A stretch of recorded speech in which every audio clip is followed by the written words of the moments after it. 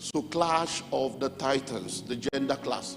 Now, many years ago, a man by the name of John Gray wrote a book. Men are from Mars, women are from Venus. And then the book became a global bestseller. Because when you look through life, there are some books that come from time to time in different aspects of life just to open up a new portal to help people. Whenever you talk about the world of relationship, one of the books that has opened a portal is the book called Love Languages, 5 Love Languages. That book just opened a portal to bring understanding for people. Another one is this one called Men Are From Mars, Women Are From Venus. Why? Because many times as Christians, because we practice Christianity as a religion, many of us only read the Bible, but we don't understand that every other aspect of life is part of God. God is in science, God is in psychology, God is in philosophy. So God raises believers and trains them in science, in psychology, in philosophy, in engineering, in all kinds of stuff, so that by virtue of their training, they can use that to help us to get more clarity about the Word of God.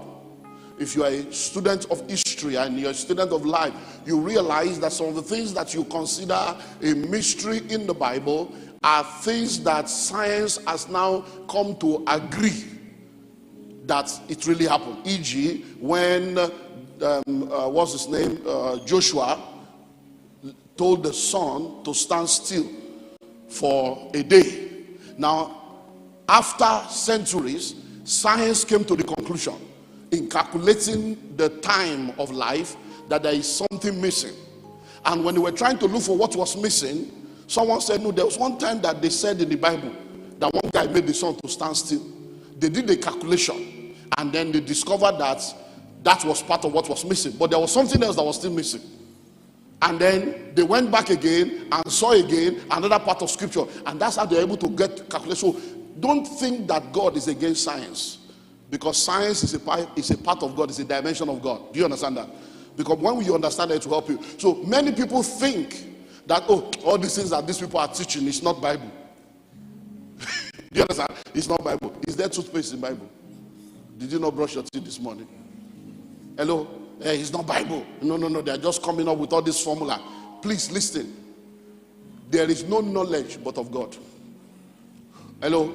So this man made us to understand that men and women seem to come from two different planets, speaking two different languages with two different worldview, and that in order for a man and a woman to relate successfully, they need to go into interplanetary discussion, where the woman will bring the man into our planet, the man will bring the woman into his planet, and they will communicate and educate each other to gain understanding on how to relate effectively.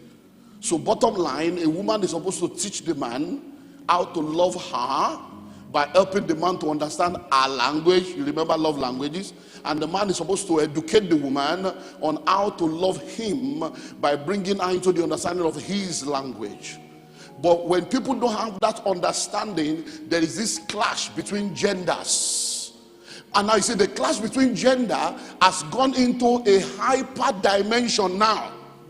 Because we have a group of people that say that they are feminists and they are going to women liberation. And many of the people that are claiming that they are feminists don't even understand what feminist is. I am a feminist and I'm not a female. Hello? Who is a feminist? A feminist is someone that believes in equality. A feminist is someone that believes that a woman should not get less than a man because of gender. A feminist is someone that believes that whether you are male or female, you have equal value in the sight of God and you have equal value in the marketplace. That's a feminist. I'm a feminist. God is a feminist. Hello? Feminism is about give me what I deserve, give me what I qualify for without considering gender in the equation. But a lot of people have now taken that into another dimension because they don't realize that even though we are equal, when we go into different sectors of life and different institutions, that equality cannot work. What do I mean? When you go to the courts and you are a man, but your wife is a chief judge, when you get into that court, you cannot command her to say she's your wife. When you get into court, you will say what? My lord. Why? In that institution, it has nothing to do with male or female. There is a regulation for this institution. And the regulation for that institution is that anyone that sits on that seat is what? Is judge and is lord. Are you getting that? I just need to lay this down before we go deeper into all this. Now, so when you now come into marriage, in that marriage, God says this man is the head. He didn't say the man is better than you. Bible didn't say that. He didn't say the man is more valuable than you. He said that in this marriage, this man is head. And headship is coordination. It's not superiority. Headship is responsibility. Hello? But when people don't understand me, I cannot submit to any man. Even in marriage, it's 50-50. We are equal. We are not equal. Inside marriage, we are not equal. Hello? When you don't have this understanding, you create problem for yourself. And sometimes when you look at some things, you're like, this life now, wow. Is it this bad? Is it this terrible? A woman of God sent out a tweet giving a testimony. And in her testimony, I had to go and somebody was asking me, what do you ask? What's happening? I said, I don't follow all this social media. So I had to go and read the tweets to say, what is the problem? And the woman was giving a testimony that one time she was sporting and then she had miscarriage, because as far as she was concerned, she had miscarriage. She was sporting. So whether she went to hospital to confirm she had miscarriage, the tweet is how many letters, so there's no way we can decode it from the tweet. But she said when her husband now came back, which means the husband was not there, the husband came back later. Hello? The husband came and said, I have miscarriage, I was seeing blood. And the husband said, you don't have miscarriage. You are not pregnant with blood. You are pregnant with a baby. Give me my food. And the man went to eat. The tweet never said that she went to cook. The tweet never said that the man said, go to the kitchen with blood. He said, give me my food. But when people that are the demonic feminists that don't understand feminism, that think that feminism is man against woman fighting each other, when the people say, you see, this is Africa, can you tell a woman? And the thing went, I said, what is wrong with this generation? So as we are talking of this gender, clash of the titans, it's a clash that is becoming more real today. That if you are not matured and exposed and knowledgeable, you have to be careful what you say. Because anything you say, some people are reading it from the lens of, are you trying to say a man is better than a woman? Are you trying to say? And you are wondering, who did this for you? I think I shared with you, I still repeated it in the conference we had in Manchester last week. Last year when I went to the UK,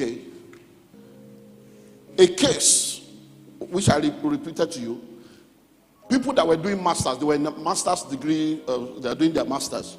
And then they divided them into a group. And by dividing them into a group, they now had to fix the time that they will meet among their group. And then they were discussing, let's meet tomorrow. Then one lady, just innocently, they said, no, I will not be able to make it. I have to go home and cook for my husband. That's all she said, though, innocently. Not knowing that statement alone has created trouble. The next thing was they got a call that they will need to come and visit them to check what's happening in their house, that because they got a report that she's being abused. And she said, abuse. Who is abusing me? She said, no, your husband is abusive. How? We have been married for 27 years. We came into UK just last year. We have 4 children. Everything is fine. We are Christians. We are even ministers. What's the abuse where? He said, no, that because you are part of a group, and that when they were trying to fix a meeting, you told them you cannot be in the meeting because you have to go and cook for your husband. That how can you leave school when you are supposed to be a student and cooking for your husband is more priority? Can't he cook for himself? That means he's controlling you. that means he's manipulating you. That means he's abusing you. That means you are on that train. You see how they have turned the whole thing around. When I was telling you in Jackpa, you people refused to listen. Listen to me. Listen. True life story. Me, I will tell you. If you know, I just came back. If I'm not back, I'm just transiting. Now listen. If you know how many marital cases, man of God, that they were trying to pull me into now, just by going here. Pastor, I would like to say, sorry, you can't see me. He said, boy, I say you cannot see me. If you want to see me, book appointments. Come to Nigeria and come and see me. I travel here for my own agenda. I didn't buy ticket to come and fix your marital problem. When I was preaching Jackpa before you left, did you tell me you are coming to London? Now you are here, you are fighting with your wife. I should come and sit down. I said, this is London. No, it's 300 pounds per hour. It's 300 pounds per hour.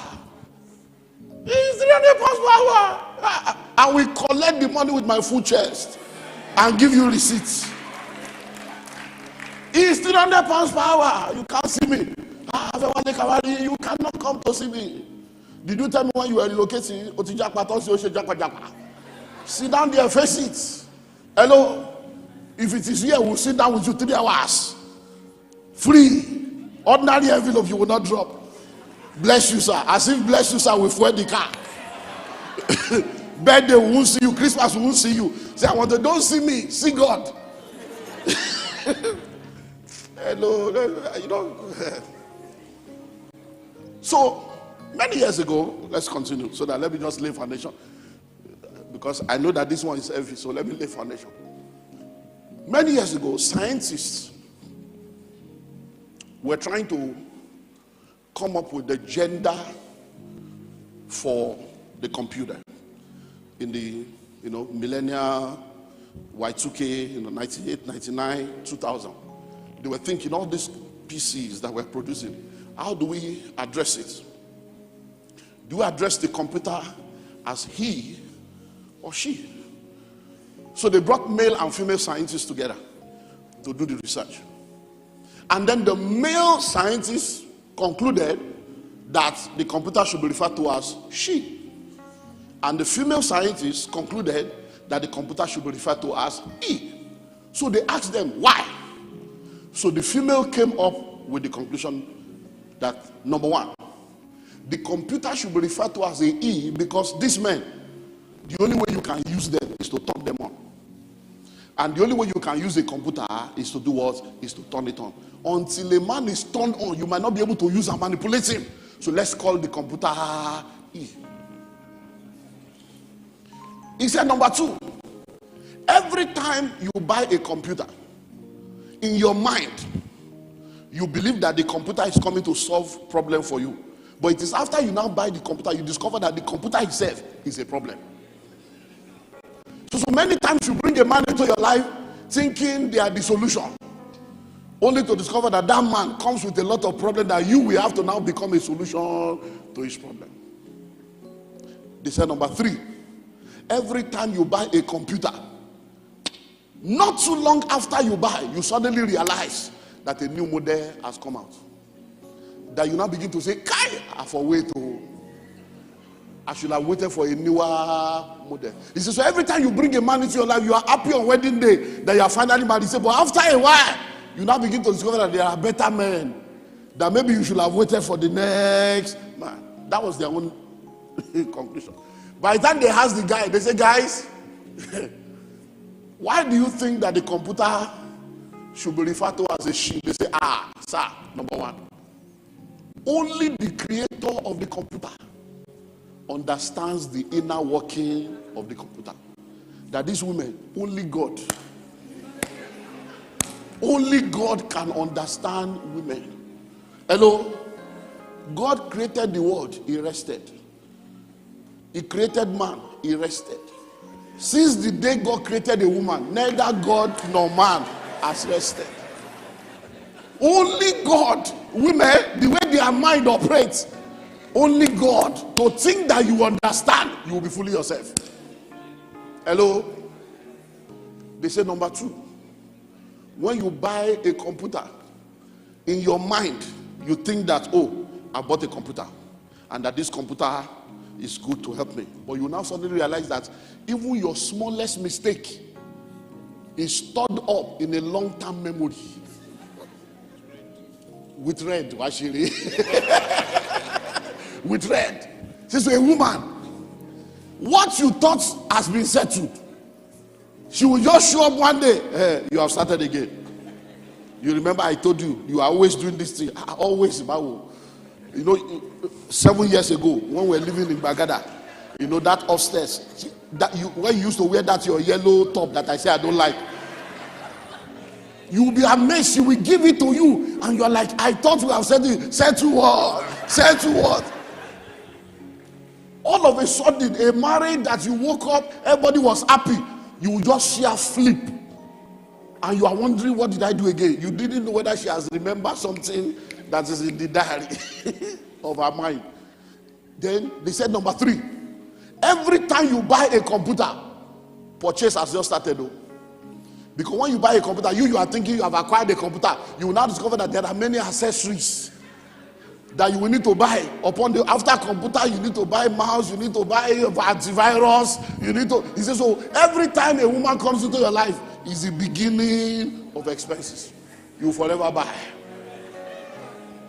So which of them is correct?